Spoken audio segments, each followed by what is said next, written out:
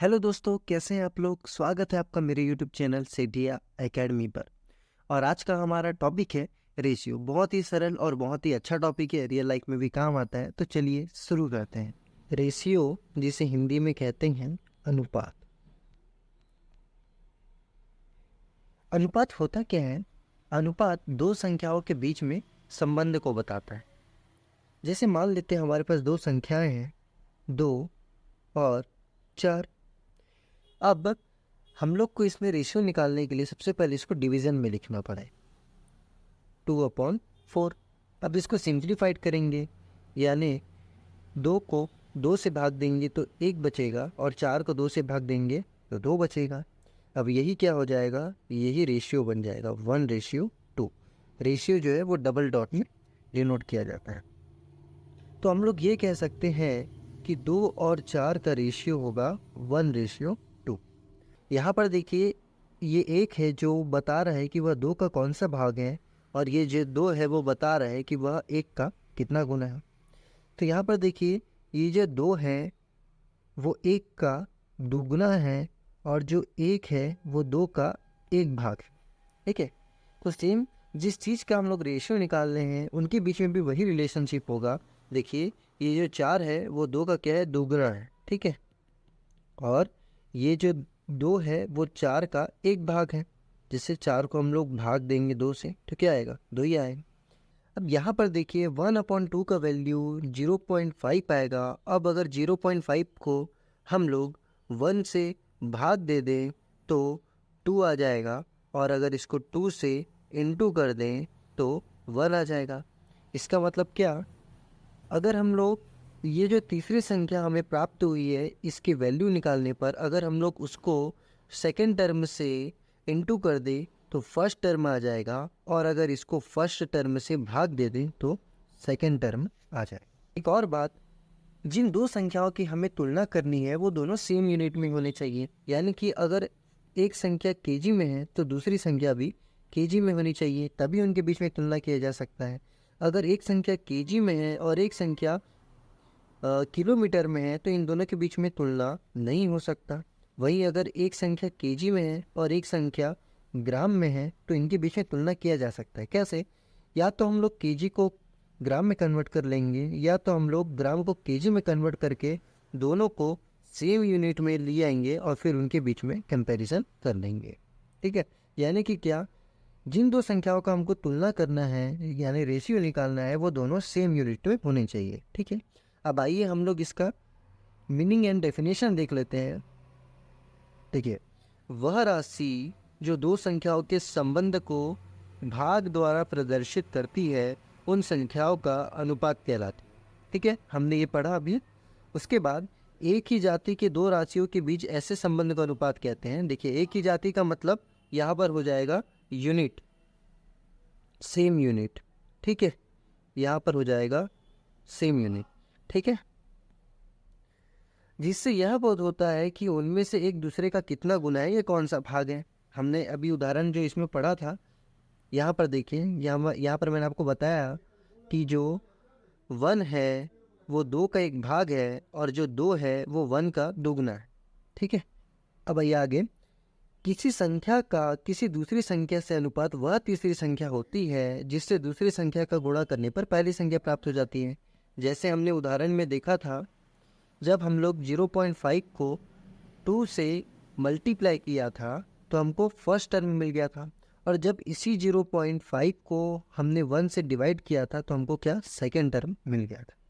ठीक है, तो मीनिंग एंड डेफिनेशन हमारा हो गया। अब एक और चीज़ देखें यहाँ पर, ए और बी यदि रेशियो में है, ए और बी यदि रेशियो में है तो ए को हम लोग बोलेंगे हिंदी में पूर्व पद, इंग्लिश में एंटीसीडेंट या फर्स्ट टर्म, और बी को हम लोग बोलेंगे हिंदी में उत्तर पद, इंग्लिश में कॉन्सिक्वेंट या सेकेंड टर्म। अब टाइप्स ऑफ रेशियो आते हैं।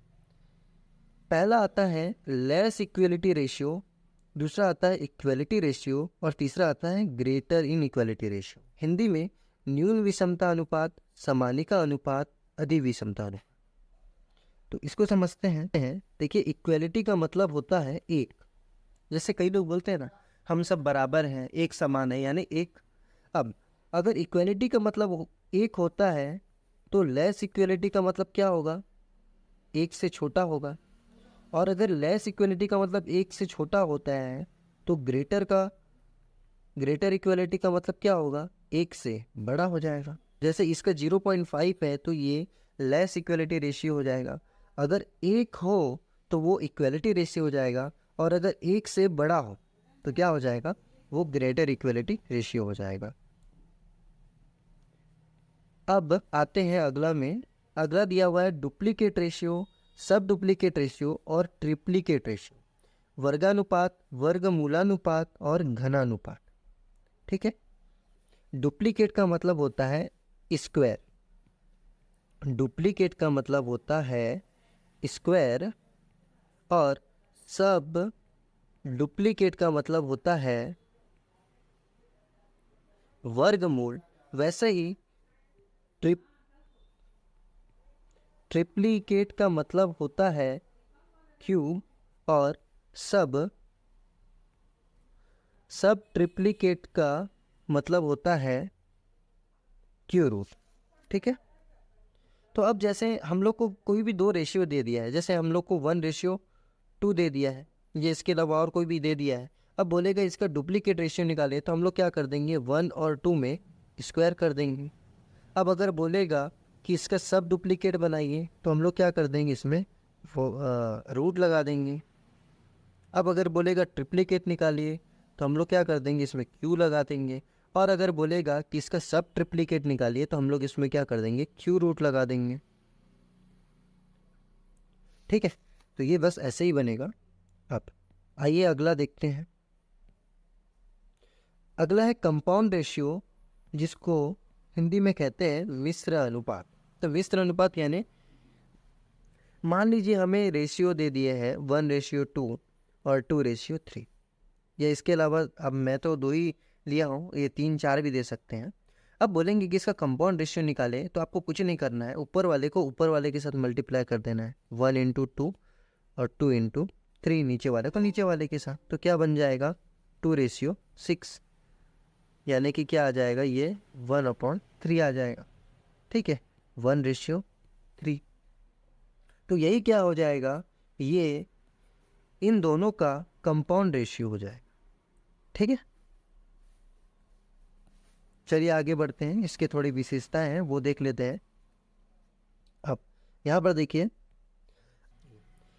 अनुपात सजातीय राशियों के पारस्परिक संबंध को व्यक्त करता है। जैसे मैंने आपको बताया, अगर हमको किसी भी दो संख्याओं का रेशियो निकालना हो तो वो सेम यूनिट में होने चाहिए।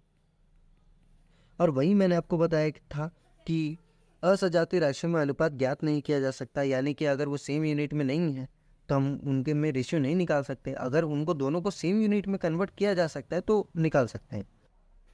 लेकिन अनुपात के साथ इकाइयाँ नहीं लिखी जाती, अर्थात अनुपात की कोई इकाई नहीं होती है।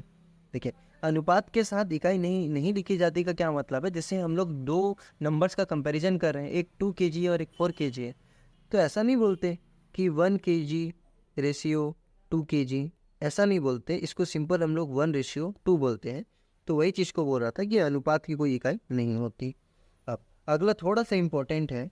यदि अनुपात प्रकट करने वाली दो राशियों को किसी एक ही संख्या से गुणा किया जाता है या भाग दिया जाता है तो अनुपात में कोई अंतर नहीं आता। इसको थोड़ा सा हम लोग समझते हैं। जैसे कि 2 और 4 है, अगर हम लोग इसको सेम संख्या से गुणा करते हैं, जैसे 2 से ही गुणा कर देते हैं, तो इसका रेशियो क्या निकलेगा।